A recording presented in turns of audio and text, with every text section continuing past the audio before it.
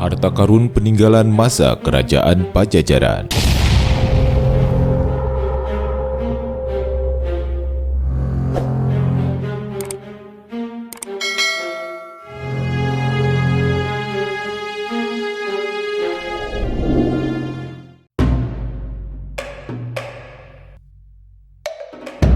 Pajajaran, sebuah kekuasaan kerajaan di wilayah barat Pulau Jawa yang batas wilayah kekuasaannya dimulai dari ujung Kulon Banten sampai batas timur Provinsi Jawa Barat. Kekuasaan wilayah tersebut setidaknya terhitung sejak abad 15-an. Namun jika merunut lebih jauh, pada masa sebelum itu wilayah kekuasaan Pajajaran atau Kerajaan Sunda Galuh jauh lebih luas, mencakup sebagian wilayah Jawa bagian tengah dan beberapa daerah di wilayah Sumatera.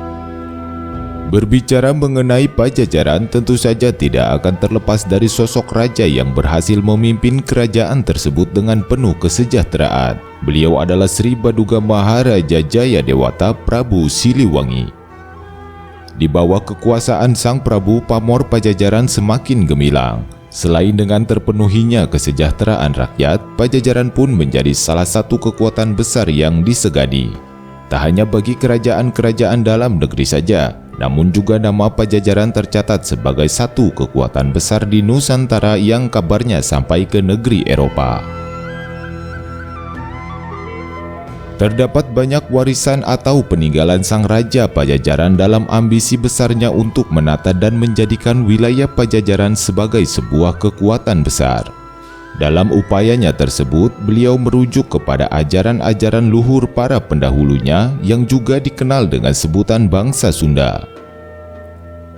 Dalam bidang ekonomi, selain urusan teknik pertanian dan perkebunan, Prabu Siliwangi begitu fokus membangun infrastruktur guna untuk menunjang mobilitas perekonomian kerajaan.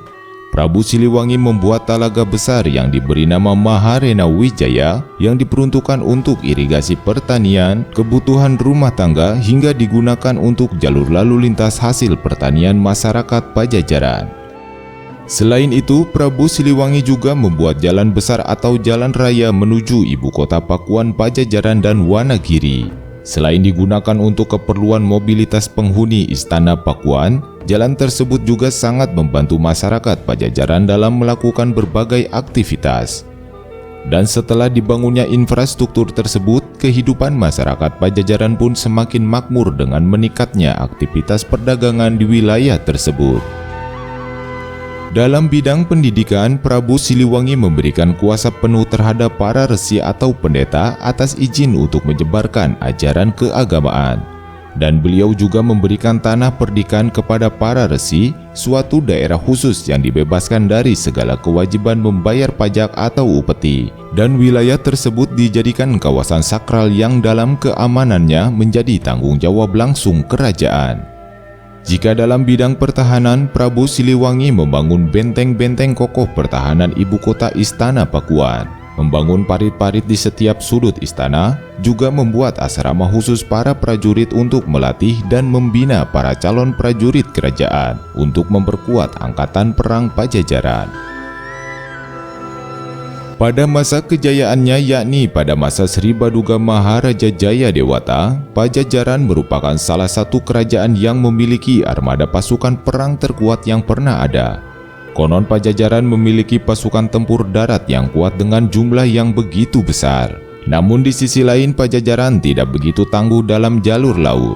Armada pasukan lautnya Pajajaran terbilang lemah yang tidak sebanding dengan besarnya kekuatan pasukan darat yang dimiliki Pajajaran.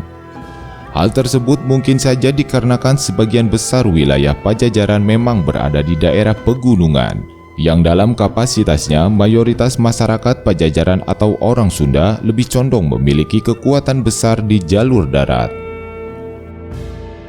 Namun kendati memiliki armada laut yang dianggap lemah, Pajajaran sebenarnya memiliki beberapa kapal jung yang fungsinya sebagai alat transportasi kerajaan, armada perdagangan antar pulau, dan sekaligus sebagai kapal patroli keamanan di pelabuhan-pelabuhan besar milik Pajajaran, seperti Pelabuhan Banten, Pelabuhan Kalapa atau Sunda Kalapa, dan Pelabuhan Cirebon.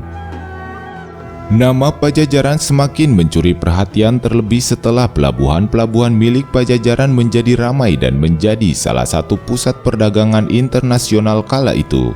Banyak kekuatan besar dari berbagai penjuru yang ingin merebut kawasan tersebut dari tangan Pajajaran, seperti kerajaan dari Jawa, Sumatera, dan bahkan kerajaan-kerajaan yang berada di Eropa dan Timur Tengah.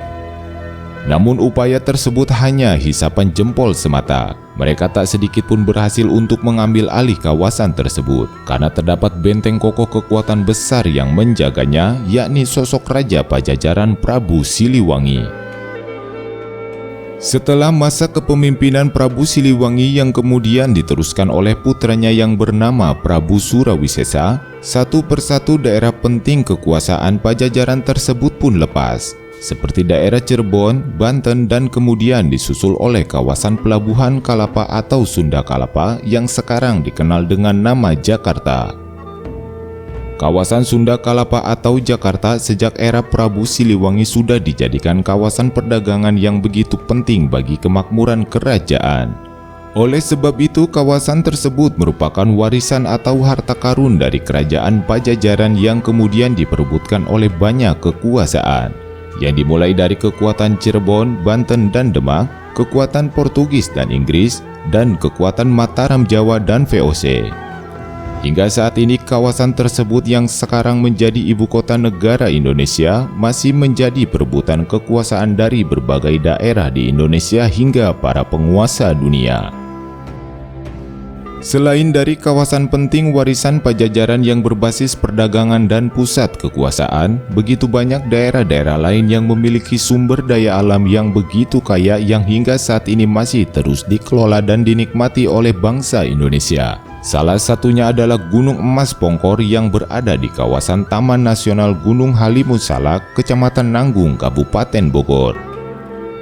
Gunung Salak dan mencakup kawasan sekitarnya termasuk wilayah Gunung Halimun Salak menjadi salah satu tempat yang sering dikunjungi oleh Prabu Siliwangi. Banyak jejak kisah yang menceritakan tentang kaitan erat antara Gunung Salak dengan Prabu Siliwangi, yang salah satunya tentang rahasia-rahasia magis kekuatan gaib pasukan Prabu Siliwangi dan istana besar para pengikut sang Prabu dari bangsa jin. Konon diceritakan para pasukan gaib tersebut ditugaskan untuk menjaga pusaka sang Prabu yang terdapat di kawasan Gunung Salak. Kelak pusaka tersebut selain akan memberikan kebahagiaan, kemewahan, dan kejayaan, juga akan menimbulkan malapetaka dan darah yang mengucur dari angkara murka. Jika merujuk kepada cerita di atas, bisa jadi yang dimaksud dengan pusaka Pajajaran tersebut adalah tambang emas Gunung Pongkor. Penambangan di Gunung Pongkor tercatat sudah berumur hampir 5 dekade sejak dieksploitasi sekitar tahun 70-an. Secara resmi sejak tahun 1994, tambang emas Gunung Pongkor dikelola oleh Perusahaan Negara Aneka Tambang Tbk atau Antam dan diklaim sebagai salah satu pertambangan emas terbesar di Indonesia. Dengan pasokan emas yang begitu besar di dalam tanah kaki Gunung Salak tersebut, kemudian mengundang banyak orang berdatangan untuk ikut serta melakukan penambangan. Para penambang liar tersebut dikenal juga dengan sebutan gurandil. Pada awalnya para gurandil di Gunung Pongkor berasal dari para penduduk setempat, yang kemudian banyak para pendatang dari luar daerah seperti Banten, Sukabumi, dan Tasikmalaya. Tercatat pada tahun 1998, jumlah para gurandil mencapai 8.000 gurandil yang 70% berasal dari para pendatang. Daya tarik Gunung Emas Pongkor ternyata semakin terkenal. Aktivitas penambangan liar pun semakin tidak terkendali. Perputaran uang hasil dari penambangan emas di kawasan tersebut begitu fantastis, yang merubah Gunung Pongkor yang awalnya adalah hutan belantara menjadi kawasan ramai dengan aktivitas transaksional yang tidak kalah dengan kota besar. Maraknya aksi dari para gurandil terhitung mulai dari tahun 2000-an. Pada tahun-tahun itu, situs tambang yang terkenal dengan sebutan Gunung Pongkor tersebut menjadi bukti nyata kerakusan manusia yang diakibatkan dari keserakahan. Hutan yang terhampar pada punggung-punggung bukit banyak digunduli demi aktivitas penambangan tidak berizin. Tidak hanya kerusakan ekologis, situs sosial di Gunung Pongkor yang pada awalnya tentram dengan budaya kearifan lokal khas orang Sunda berubah drastis karena situasi sangat tidak kondusif. Bagaimana tidak, ada sekitar hampir 70.000 lebih pendatang di daerah tersebut yang berasal dari Sabang sampai Merauke. Hal tersebut tentu saja menjadikan kawasan Pongkor dan sekitarnya seperti daerah yang tidak memiliki kultur peradaban, karena mayoritas watak penduduknya berubah menjadi karakter yang mengedepankan kepentingan dan kesenangan individu. Imbas dari rusaknya tatanan kultur masyarakat Pongkor yang tergerus oleh watak dari para pendatang, segala macam penyakit sosial pun kian nampak di kawasan tersebut. Bahkan dalam catatan media, dalam kurun waktu tahun 2000 hingga 2008, di kawasan Gunung Pongkor pernah terjadi beberapa kali kerusuhan berdarah hingga menimbulkan korban jiwa. Demikianlah uraian kisah tentang harta karun atau warisan kerajaan Pajajaran yang hingga saat ini masih nampak jelas. Pengertian akan harta karun yang ditinggalkan oleh kerajaan Pajajaran atau Prabu Siliwangi memiliki makna luas dan bentuk yang sangat beragam. Semoga kita mampu mengambil pelajaran dari isyarat dan siloka dari kisah tersebut dan mampu menjaga harta karun berupa ajaran kebaikan dari para leluhur yang kelak akan kita wariskan kepada generasi berikutnya.